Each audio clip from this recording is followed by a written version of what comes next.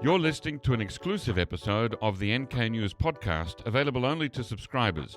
You can listen to this and other episodes from your preferred podcast player by accessing the private podcast feed. For more detailed instructions, please see the step-by-step guide on the NK News website at nknews.org/private-feed.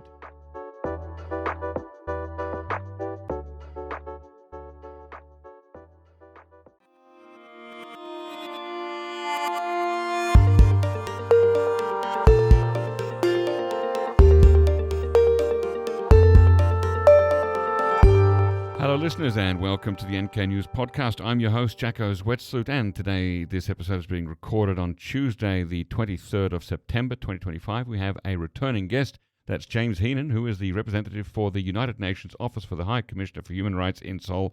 That's a mouthful. You can find them on Twitter, or some people call it X, at UN Rights Seoul. James, welcome back. Great, thanks to be back, Jacko. You're here to talk about the report of the United Nations High Commissioner for Human Rights on the situation of human rights in the Democratic People's Republic of Korea. That is, of course, an update on the Commission of Inquiry's report that came out in 2014. So it's sort of 11 years on. Where are we now? It's a big picture, right? That's more or less, yeah. Nutshell summary.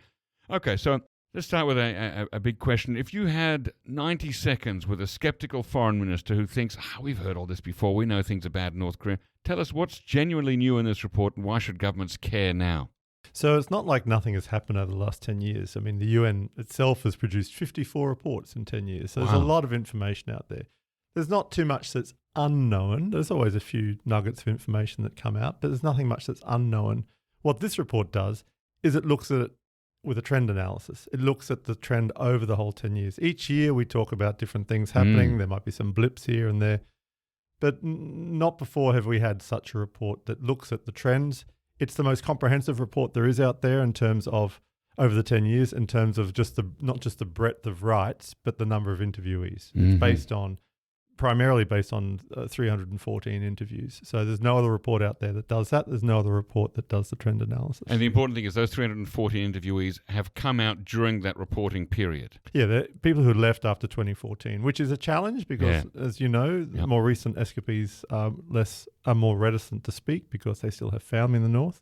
And when I talk about interviewees, they are all victims and witnesses. I don't include in there the other hundreds of people we spoke to who are experts or academics or whatever. So it's purely victims and witnesses. Right. So this report, which is still quite brief, it's only, 15 pages long, the text of it. I read it myself over the weekend. But there's a list of, there's an annex at the back which basically takes you to all those individual reports that you've mentioned that have come out over the years, right? So this report is zooming out, giving the big picture, but if you want to zoom in, those links are there. Right? That's right. That's exactly right. Okay, what's the linkage between human rights and peace and security on the Korean Peninsula? Some listeners might not immediately see the direct connection. Well, it's many things to many people, but ultimately everyone agrees there is a link. So for some people, it's the fact that state resources are directed towards militarization, be it nuclear or ballistic technology, and at the same time when there's terrible gaps in provision of healthcare and food. We report that the DPRK says they're spending about 15 to 16% of their state budget on the armed forces. So there's a legitimate question there. If you had less spending there, you'd be looking after the human rights to food and health more effectively. Now, every country has this balance to make, and other countries have also very high spending on the military. But in this case, where you have a massive gap between spending military and the situation in terms of the adequate standard of living of the population, it's a legitimate question.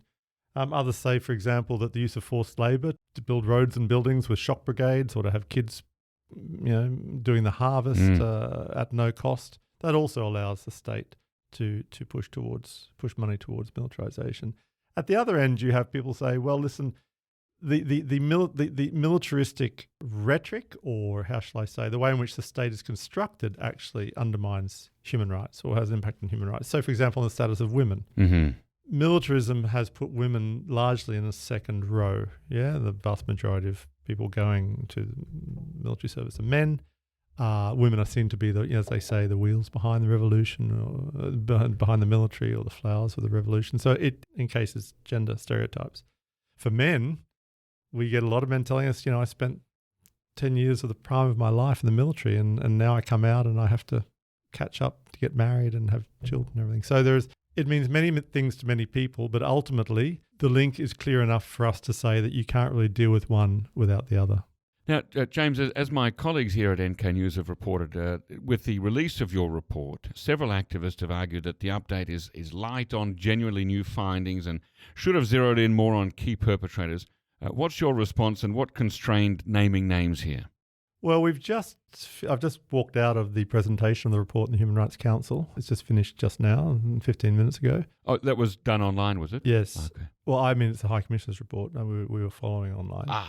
And the report was very well received by member states. Some member states questioned whether there should be this sort of focus on one country, but it was very well received by member states and by international civil society, who said that it accurately reflects what they see as being the situation. For us, we're the UN. We're not an NGO. We do what member states ask us to do, and our mandate was to provide a comprehensive update on the human rights situation of the past 10 years. And to update on the recommendations of the Commission of Inquiry, and that's what we did. Now, we did it in a fairly short report, but that's the way the UN work. We have short reports. Mm-hmm. It's not like a Commission of Inquiry, which is an independent body with its all separate staffing and funding. In fact, we had no extra funding for this report. So, but regardless of that, all High Commissioner reports are this length. But that was a good thing. It's much, as I'm sure you'll appreciate, it's much harder to write a short report than a long report. Mm-hmm. Long reports are actually quite easy to write. And this report started out as hundreds of pages and has been distilled down painstakingly to 15 pages. But the benefits for me are enormous. First of all, people read it. Not everyone reads big, long reports. Secondly, the messaging is very clear. And thirdly, the press can digest it extremely quickly. So when it came out a few weeks ago, we had very, very broad and quite deep press coverage. And I'd put some of that down to the fact that the press could read it within 35 minutes. You say that the report was presented to the Council just, a few minutes ago before you came here today. Were any North Korean government representatives there at that meeting? No, they weren't in the chamber today, no. Is that presumably because they choose not to be there when their country's singled out? Yes, sometimes they turn up, sometimes they don't. And again, they're not alone in that. There's other countries that have mandates that are focused geographically also take the same approach. But they're certainly there. They're certainly aware of it. They receive a copy of the report well before it's published. They are given the opportunity to comment. They're given the opportunity to provide input.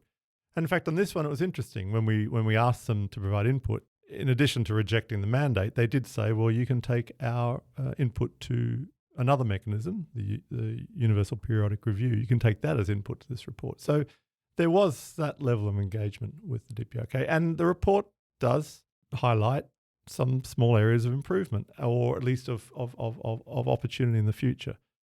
And that's what the report's about. We don't want another report that just catalogues how bad it is. We know that. The question is the future, how to look forward. And that's what the High Commissioner wanted to do and what he has done. He said, okay, this is the situation. This is what we've found. No improvement, generally. A few little bits of improvement, but bar those, generally none. And in some areas where there's been a significant degradation, which I can talk about. But that is what it is. How do we make sure the next decade is not a lost decade as this one is, which is the way he termed.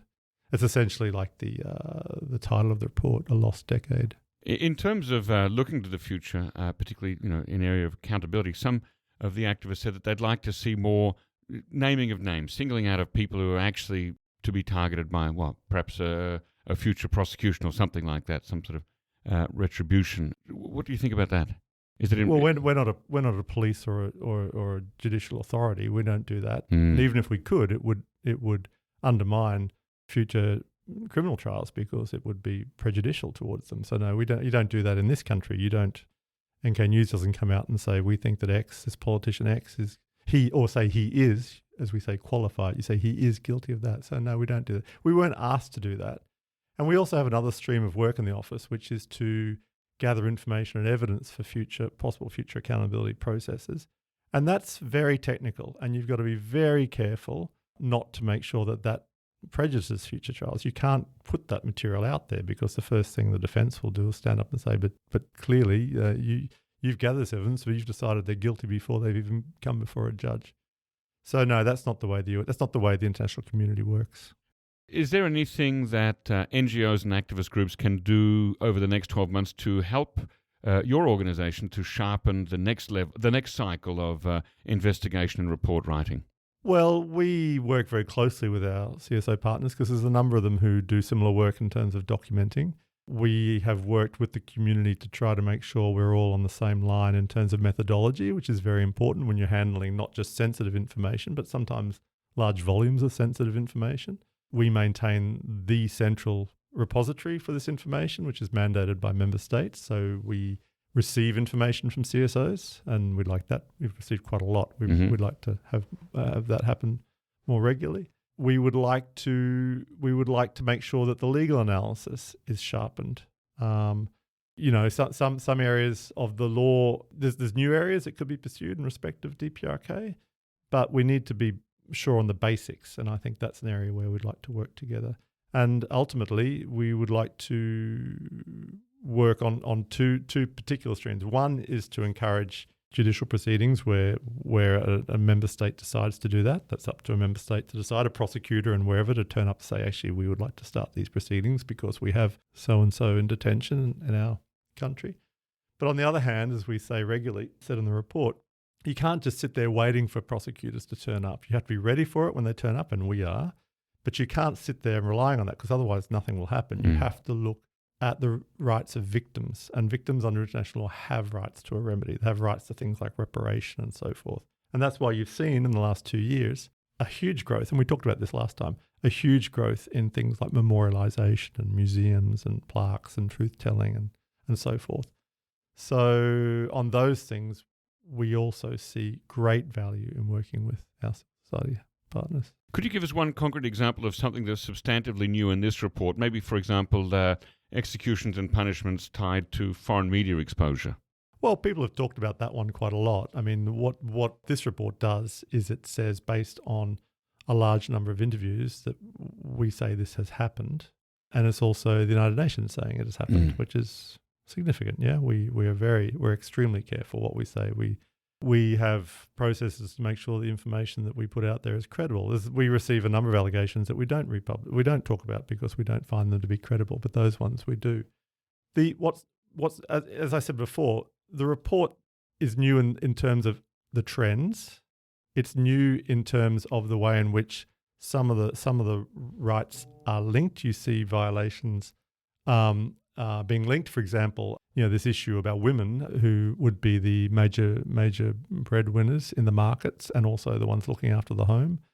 They are now, as the markets are oppressed, they're not able to earn the money. They've still got to bring the money in because the husband is not being paid for the state-assigned job. I think we talked about this last time. But how does that intersect with the centralisation of grain sales in the country? And the report looks at that and sees how something seemingly unconnected to women's rights has a very gendered impact. Centralising grain sales in state grain shops means that the burden on women has become exponentially bigger. And this is what people tell us as well.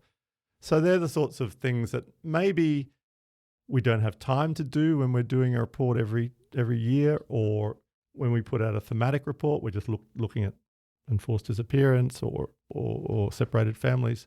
That's the value of this report, and that's the new material. You mentioned that you get a lot of allegations and not all of those are able to be substantiated. Are there a couple of allegations that you could point to that, based on your 314 interviews with witnesses and victims, that those allegations were able to cross the line to confidence? Well, everything that's in the report, yeah. Right, but I'm just looking, is there anything that comes in this report that maybe wasn't in the COI that you're able to identify and to confidently allege? Well, I mean, nothing that hasn't been reported before, really. I've said that, the risk is that there's a sense that nothing's happened since the COI, yeah? Curious to hear the rest? Become an NK News subscriber today for access to the full episode. Head to nknews.org/join for more information. If you're already a subscriber to NK News, you can listen to full episodes from your preferred podcast player by accessing the private podcast feed. For more detailed instructions, please see the step-by-step guide on the NK News website at nknews.org/private-feed.